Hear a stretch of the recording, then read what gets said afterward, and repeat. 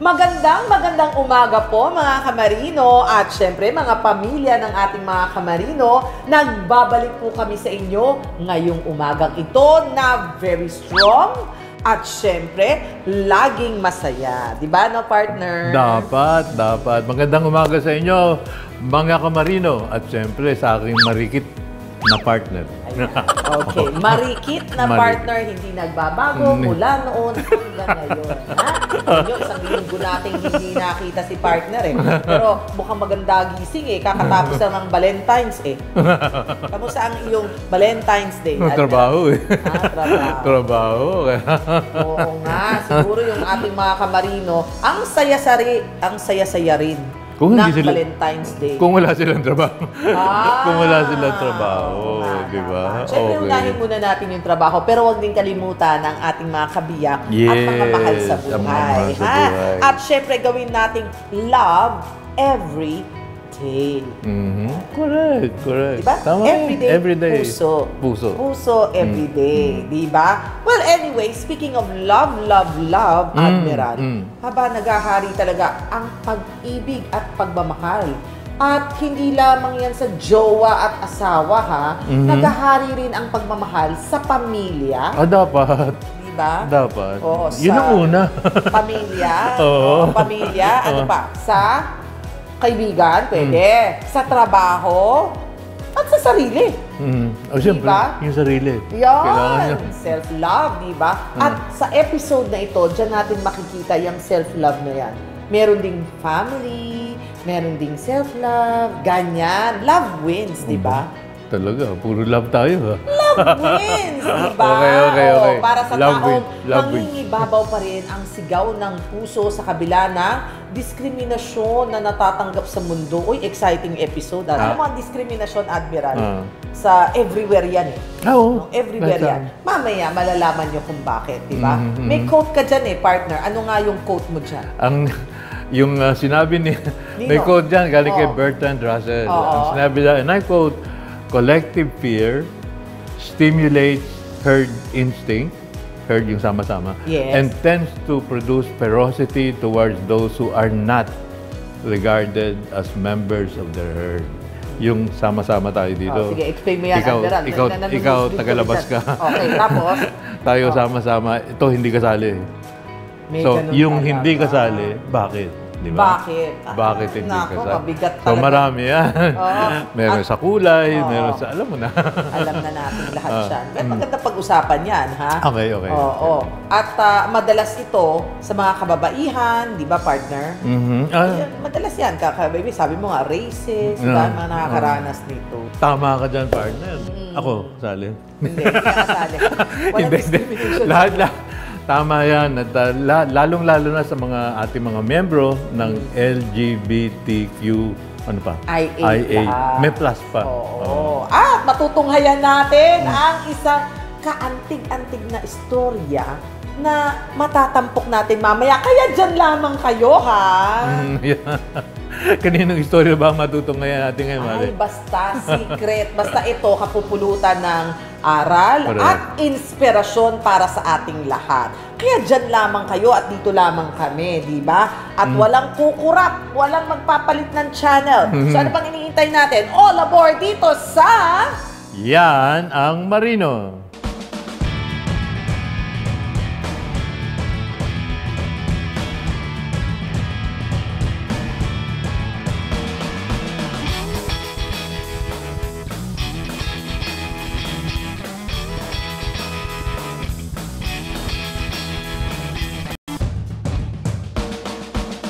Nagbabalik po tayo sa...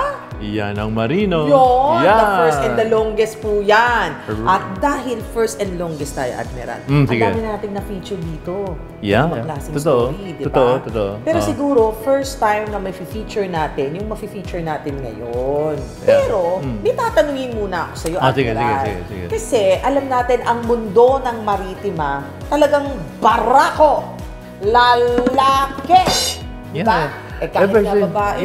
Ever since yan. Kahit na yung nag-umpisa ang women sa seafaring, kailangan ko pang kausapin yung mga lalaki. Sabi ko, teka muna, pare-pareho tayo dito, di ba? Umpisa pala na map. Ang tanong ko, ano naman ang pananaw mo dyan? Tama yung inclusivity para sa lahat, pero mabigat yung i-overcome yung obstacle ng discrimination sa isip ng mga tao. Kaya yun ang mabigat na trabaho. So kailangan talaga change of mindset. Hirap baguhin. Mahirap baguhin, di ba? So talagang labag sa policy yun. So yun, nagigpit na talaga, di ba? So walang hindi ka pwede mambuli o mag-discriminate. Ang issue na lang dito is yung nasa isipan nila na iba ito di ba?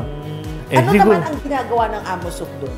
Bilang ikaw ay Vice President ng AMOSUP. Ang sa AMOSUP naman is gender equality. Kasi lumabas na yan sa United Nations Sustainable Goals. Di ba? So tinutulak na talaga yan hindi lang ng AMOSUP, ng lahat.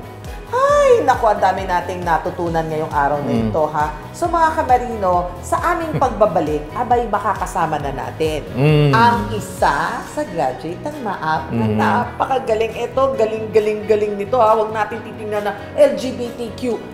Magaling. A+ siya. Ang tingnan natin, magaling siya. Sa pagbabalik po yan ng...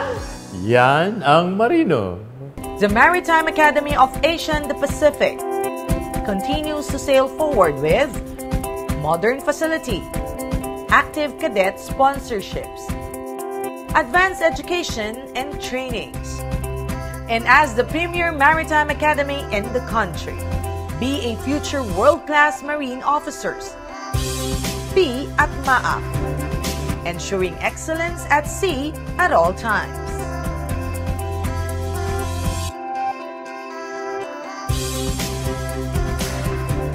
Ang bawat bayaning Pilipinong magdaragat, may kaagapay, may kaibigan, may kakampi, may kasangga, may kabalikat. Ang iyong Associated Marine Officers and Seamen's Union of the Philippines. Kasama mo sa tunay na malasakit dahil AMOSUP cares.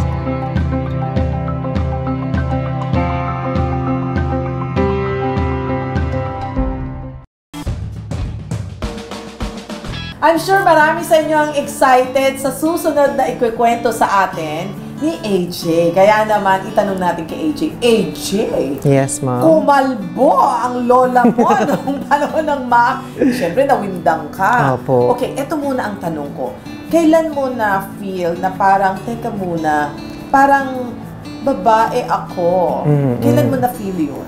Since nung nagkaisip po ako, talaga? Bata yes ka pa lang? Bata pa lang po. Alam ko nang kakaiba ko, pero hindi ko alam na bakla yung tawag doon. Okay. Alam ko po sa sarili ko na iba ako sa mga normal na lalaking nakakasama ko. Bakit? Bakit mo nasabi? At that very young age, bakit mo nasabi na parang kakaiba ako, ayoko ata ng basketball? Normal yun. Opo. Ayaw mo ng basketball. Ano pa? Ang ano siya? Bakit parang iba ka? Mas gusto ko po yung mga larong pambabae. Ganun po. Pero dati ba parang malumanay ka na? Yun na po. Mahinhin ka na talaga? Opo. Mahinhin na po. Malumanay na po. Okay. Pero, nung pumasok ka ng MAAP, bawal ang malumanay doon. Yes, bawal ang mahinhin doon. Opo. Sabi mo nga, ikaw'y pumapasok doon sa mga obstacle courses na yan. Paano mo nakayanan yun? At first po, open na po ako. Open ka? Loud and proud na po ako. Nung college lang po, sa MAAP po, itinago ko po talaga. Nagkaroon po ako ng lakas ng loob, mag-come out na, at ipakita yung tunay kong pagkatao. Kailan? Nung si President po, si Vice Admiral Santos po, nagsabi po sa amin na MAAP doesn't discriminate. Yes po, from that point in time, nagkaroon na po ako ng lakas ng loob na ipakita po kung sino po ako at kung ano talaga ako. Luckily po, yung mga classmates ko mababait.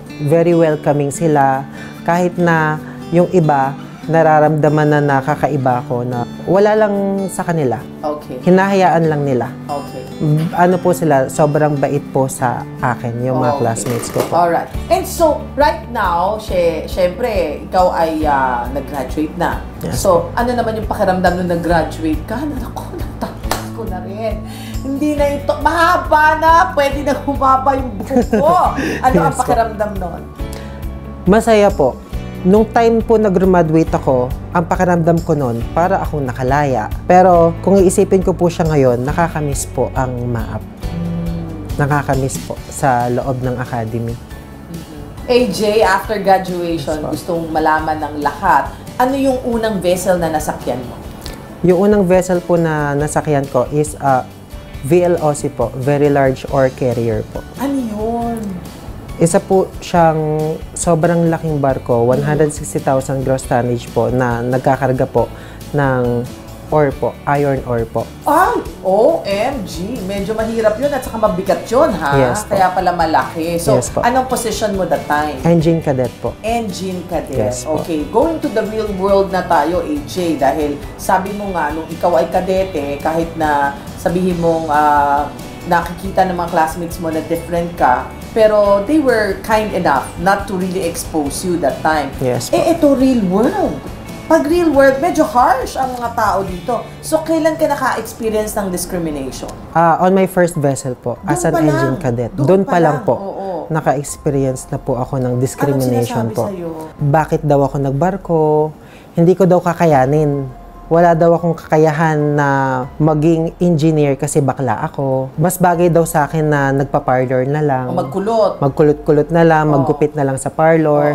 Tapos, malas daw po yung bakla sa barko. Aalunin daw po. May masamang pangitain daw po na dala yung bakla po. So, how do you react? And anong ginagawa mo? Of course, masasakit na salita yon, ha? Natakot po ako. Okay. And then yung takot na yun, bumuo siya ng isang suko. Parang gusto ko nang sumuko that time. Kasi po, doon na po ako kumakain sa cabin ko eh. Hindi na po ako sumasabay sa karamihan. Okay. Doon na po ako kumakain sa sarili kong kwarto. Kasi po, kapag doon ako kumain sa mess room, pupulutanin po nila ako, pagtitripan nila ako, kakantsawan nila ako, lalaitin nila ako. Kaya mas pinipili ko na lang na kumain at mag-stay po sa kwarto ko. Pero hindi ka ba nakaisip na naku, baka may mangyari sa akin dito? Yun po yung iniisip ko. Oo. Kaya nung nagka-signal po kami, meron na pong social media nun eh. Nung nagka-signal kami, tinawagan ko po yung mama ko. Sabi ko, ma, parang gusto ko nang tumigil. Parang gusto ko na lang maghanap ng trabaho sa lupa. Tapos, ang sabi ng nanay ko, kapag ka naiisip mo ng sumuko, isipin mo lang kung bakit ka nagsimula. Totoo naman. Yes po. Kaya po yun. Inisip ko lang po yung inspirasyon ko, yung nanay ko, na gusto ko pong maiahon yung buong pamilya ko sa kahirapan. Kaya po, itinuloy ko po ulit ang laban. Okay, ang tanong ko, was there any period na nakonfronta mo yung mga taong ito? Na sinabi mong, pwede ba lubayan niyo ako? Nagtatrabaho lang ako. Meron po. Nung huli na, nung malapit na po akong bumaba, malapit na pong matapos ang kontrata ko, sinabi ko na po sa kanila na gano'n. But still, ganun pa rin? Yes po. Walang opo. pagbabago? Walang Okay, pagbabago. that was how many years from now? Kailan nangyari yun? Few years back lang My ba? first vessel, Ilang taon na nakakaraan? 2014 po, yung first vessel ko. Na rin. Opo. So, mga 10 taon na rin Yes na nakakaraan. po, opo. Ano ang naging diferensya or ang difference between dati at ngayon? Kasi ngayon, syempre, lantad ka na, di ba? Opo. And you really look like a very beautiful lady to me. Yes po. And anong diferensya noon at ngayon? Yung difference po is, kung dati po, sobra yung discrimination na nararamdaman ko sa ibang kasamahan ko po sa barko. Ngayon po, meron pa rin, pero kaya ko na pong makontrol. Okay. Siguro po dahil may position na rin ako, kaya hindi na po nila ako masyadong nilalait or dinidiscriminate, pero nandyan pa din po. Meron behind pa my rin. back, alam ko po na Merong nagsasabi. na-discriminate pa rin ako, but it doesn't matter anymore. Okay. How do you do that? Like, for example, ikaw ay opisyal na ng barko, hindi ba? So, kunwari, mag-senaryo tayo mga friends, ha? Kunwari, nandudong ka at nagmi-meeting ka. Anong unang-una mong at first time yung magkikita-kita? Yes po. Siyempre, naka-makeup ka, nakadamit ka ng opisyal. Ano yung laging sinasabi mong unang-una? Kapag ganyan po, ma'am, kapag unang sampa, unang kita ko sa mga makakasama ko, palagi may extra effort na kailangan patunayan ko na kaya ko. Kasi po, ang first impression po ng ibang officers and engineers po na nakakasama ko, hindi naman po lahat, yung iba lang po, is meron pa ring doubt sa kakayahan ko po. Kaya po, ang ginagawa ko palagi po yan, extra effort dapat na patunayan sa kanila na kaya ko din. Excuse me, ma-up po ako. Di ba? Napakahirap pumasok sa eskwelahan na yan, tapos nilalanglang nyo lang ako, abay, hindi pa pwede yan, di ba? So, ngayon, right now, sabihin na natin na ito na yung pinakarurok AJ. Chief Engineer ka na, di ba? Iba na yung estado di ba? Yes, anong nararamdaman mo ngayon? Masaya po. Very accomplished. Kasi po sa wakas, naibigay ko na po yung pangarap ng nanay ko para sa akin. Naibalik ko na po sa kanya na, ma, may chief engineer na anak ka na dati, pinapangarap lang natin, pero ngayon, pagkatapos ng 10 taon, may lisensyadong anak ka na chief engineer. Ayun na po. maipagmamalaki. Yes po. At hindi dahil sa kung ano ako, kung hindi dahil sa narating ko, di ba? Yes, dahil sa iyong perseverance, di ba? At saka, iba talaga, ang hirap, kasi pumasok ka sa mundo ng puro kalalakihan. So, eto na, ang tanong ko, di ba? Imagine, official ka kasi talaga pag akyat mo ng barko, di ba? Tapos ngayon, ikaw ay nasa rurok. Pero, during those times, I'm sure may napundar ka. Yes po. Ang dami mo na sigurong napundar. Matikip ka ba? Ano po, madami po, ang una ko po munang sinolve is yung pong mga utang po namin. Okay. So, nagbayad ka talaga ng utang? Nagbayad po muna ako ng utang namin po. Okay. After po nun, na dahan-dahan po ako nagpundar ng lupa. Kaya po, ang pinakauna kong pinundar, mga lupa po. Mga lupa. Yes po. Not just one, but mga lupa. Opo, Ibang mga klase, lupa. haba hair mo. Ha? So, yun talaga ang bilhin, Yes lupa. po. Bakit Lupa lupa? po. Kasi po, lumaki kami na nagre-renta lang ng bahay. Walang sariling bahay. Yung tipong wala kang sasabihin na bahay namin to. Wala po kaming ganon. Palagi po kaming lumilipat sa iba't ibang bahay po na marerentahan. Kaya po, nung nagkaroon ng pagkakataon na makabili po ako ng mga property po, yun po agad yung inuna ko. Yes, Baka kakaibang storya ng buhay nila. Alright, so ngayon ay chief engineer ka na. Kailan ka babalik sa trabaho? Anytime po. Pwede na? Yes po, kasi po tinatawagan na rin po ako ng company ko po na anytime po, pwede na po akong sumakay. Pero ever since ba, nagpalipat-lipat ka ng principal or isa lang? Isa lang po. Stick to one principal ka yes na? Po. From engine cadet up to now po, nasa iisang shipping company lang po ako. Malaki po yung pasasalamat ko sa company ko kasi binigyan po nila ako ng pagkakataon na maipamalas po yung kakayahan ko. Kahit na yung ibang company is hindi ako tinanggap, sila po nagtiwala sa akin. Tinayaan po nila ako. Kaya po ngayon gusto ko pong ibalik sa kanila yung pong serbisyo na kailangan po ng shipping company ko. So ngayon, ano pa ang gustong magkaroon ni AJ? Ano pa yung pangarap ni AJ? Una-una po, gusto ko pong maka-acto na ng chief engineer. Kung ibibigay po ng Panginoon, sana po magamit ko na po yung lisensya ko as chief engineer. Pangalawa, gusto ko pong magpatayo ng commercial building po. Yun na po yung magiging passive income ko po. In case na tumigil na po ako sa pagbabarko. So, nag-iisip ka talaga ng ganyan, ng fallback mo? Yes po, fallback po. Kasi po sa edad ko ngayon, mahirap po kapag for example po, na-aksidente ka sa barko, which is wag naman po sana, or hindi ka na po tanggapin kasi unfit to work ka na po, unfit for sea duty ka na po, meron po akong fallback, meron po akong investment na kahit na tumigil ako sa pagbabarko, meron pong passive income po. Paano mo nakuha yung ganyang klaseng trait, AJ? Ayan ba mula nung maliit ka, sa nanay mo ba o sa eskwelahan? Impluwensya po ito ng mga nakakasama ko sa barko. Kasi po yung mga nakakasama ko sa barko, mahilig din po silang manood ng mga investments, ng business, kaya po nai-impluwensyahan po nila ako. Kaya po naisip ko na mas maganda po na magpatayo muna ako ng commercial building para po maging asset ko siya. Para tumigil man ako sa pagbabarko, at least may income po na pumapasok po sa akin. So, ikaw, alam mo for a fact na hindi forever ang pagiging marino. Yes po. Alam mo yan. Yes po. Kaya po habang bata pa po ako, habang kaya ko pa, inuumpisahan ko na po yung pag-invest sa mga lupa at sa commercial building po. Ibang klase talaga ang pagbibigay halaga niya sa kanyang nanay, no? Yun ang talagang naging inspirasyon mo, nanay mo, tsaka yung kapatid mo na nagpupush sa'yo, di ba? Apo. Ang inspirasyon ko po is ang buong pamilya ko po. Kasama po yung stepfather ko po, si Dadudes. Most especially, yung nanay ko po. Oo. Kasi po sa kanya ako humuhugot ng lakas para magpatuloy. Okay. So ngayon, ang gusto kong, ano naman ang masasabi mo sa nanay mo? Sana alagaan mo lang yung sarili mo.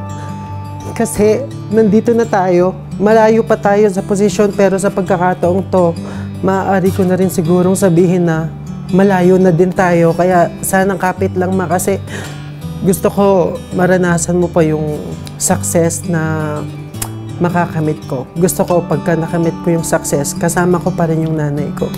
Para maibalik ko sa kanya yung lahat ng sakripisyo at lahat ng hirap na ginawa niya para lang matupad namin yung mga pangarap namin. Kasi po yung nanay ko, give up niya yung pangarap niya para sa amin. Lahat ng nanay ganyan. May mga sarili silang pangarap na binibinbin muna nila, hinuhold nila, hindi muna nila tinutupad dahil mas gusto nilang unahin yung pangarap ng mga anak nila. Ganun po yung nanay ko. Sa pagkakataong ito, gusto ko po ako naman yung bumawi at ako naman yung bumuo ng mga nasira o nabinbin na pangarap ng nanay ko po. Para sa sasabihin ko kay AJ, Diyos ang makinista, nandiyan na siya, magbutihin niya na lang ang kanyang trabaho. Sana huwag siyang magbabago sa pag-support sa amin. Tsaka sa Panginoon magbibigay. Bakit nga ba tinawag si AJ na Diyosa Makinista? Saan kaya nanggaling yon? Malalaman po natin yan sa pagbabalik ng... Yan ang Marino. The Maritime Academy of Asia and the Pacific continues to sail forward with modern facility, active cadet sponsorships, advanced education and trainings. And as the premier maritime academy in the country, be a future world-class marine officers. Be at MAAP, ensuring excellence at sea at all times.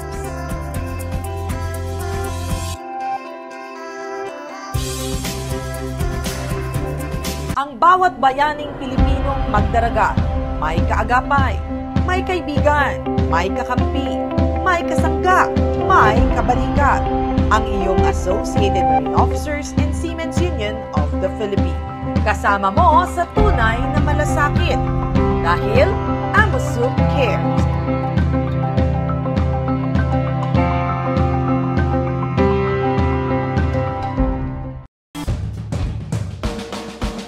Diyosa Makinista. Wow, kakaibang title. Yes, Bakit po. Diyosa Makinista, AJ? Yes po. Yung Diyosa Makinista po, nagsimula po ito sa first vessel ko. Okay. Yung first captain ko po on board, tinanong kung sino yung favorite na artista ko. Okay.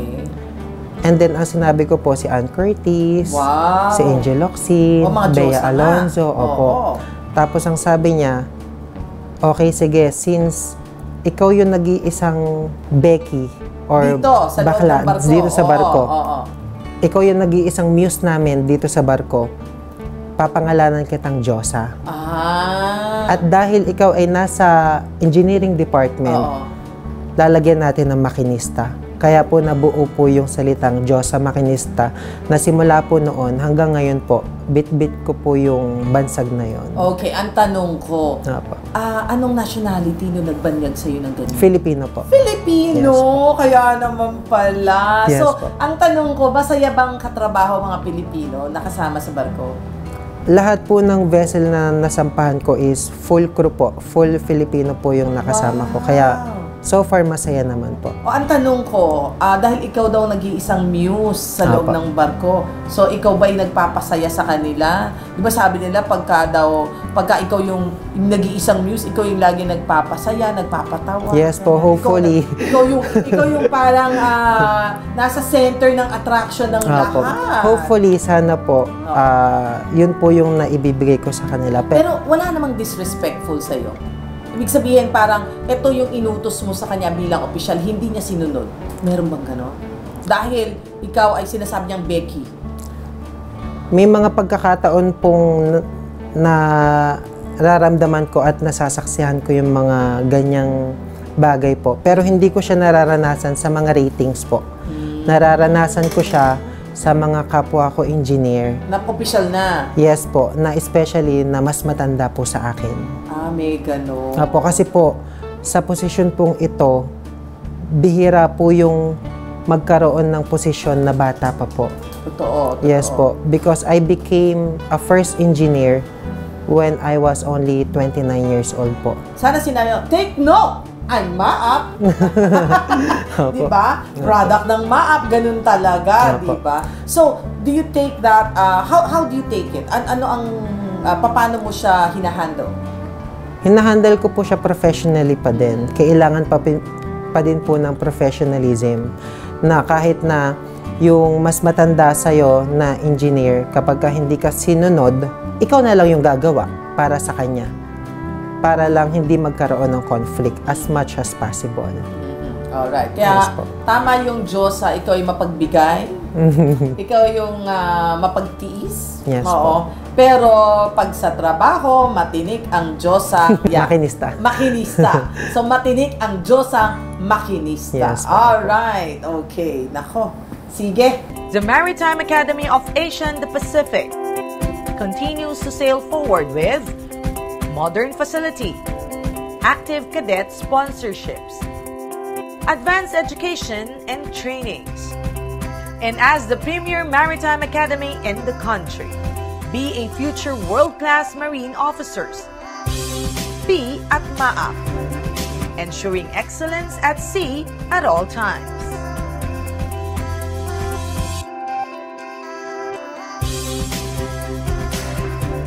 Ang bawat bayaning Pilipinong magdaragat, may kaagapay, may kaibigan, may kakampi, may kasangga, may kabalikat. Ang iyong Associated Marine Officers and Seamen's Union of the Philippines. Kasama mo sa tunay na malasakit. Dahil AMUSUP cares.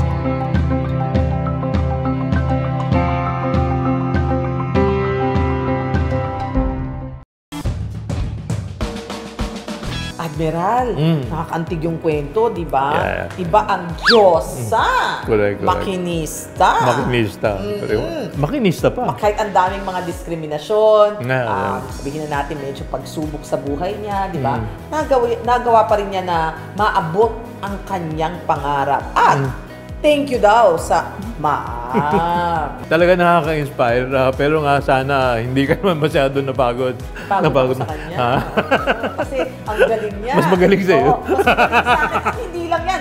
Aba! Tingnan mo nga na from head to toe. Maganda. Si Diyosa Makinista. Well, anyway, nagpapasalamat tayo, syempre, kay Diyosa Makinista sa kanyang pagpapaunlak sa atin, nagpag-share niya ng kanyang story, inspiring, at saka good job yan. Yeah. Diba? Yeah.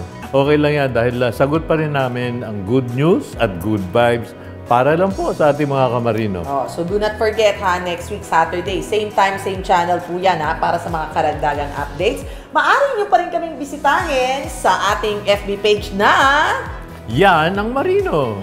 At para naman sa live streaming natin, punta lamang po kayo sa website ng ptbnews.ph/livestream. Ayan, at mapapanood yung episodes na Yan ang Marino sa ating YouTube channel, Maria. Do not forget, MY Channel. Don't forget to like, comment, and subscribe. So, kita-kits next week. Mula po dito, muli. Vice Admiral Santos po. At syempre, at your service, Mare ng Bayan, Maria. At tandaan po nyo, discrimination stops with you. Because if not you, then who? That's right. Sino nga naman tayo, Admiral, para magsabi na yung may muta ang isang tao kung tayo ay may muta rin. Wala tayong perfect, mga friends. So, stop hate, love, love. Wow! Tama eh. Love, love. So, kita-kits tayo dahil nga nagsimula tayo sa love, matatapos tayo sa love. Hanggang next week. Kung saan? Siyempre, bida ang ating mga seafarers. Oh, next week ulit ha. But for now, anchors away. Bye everyone! Bye-bye!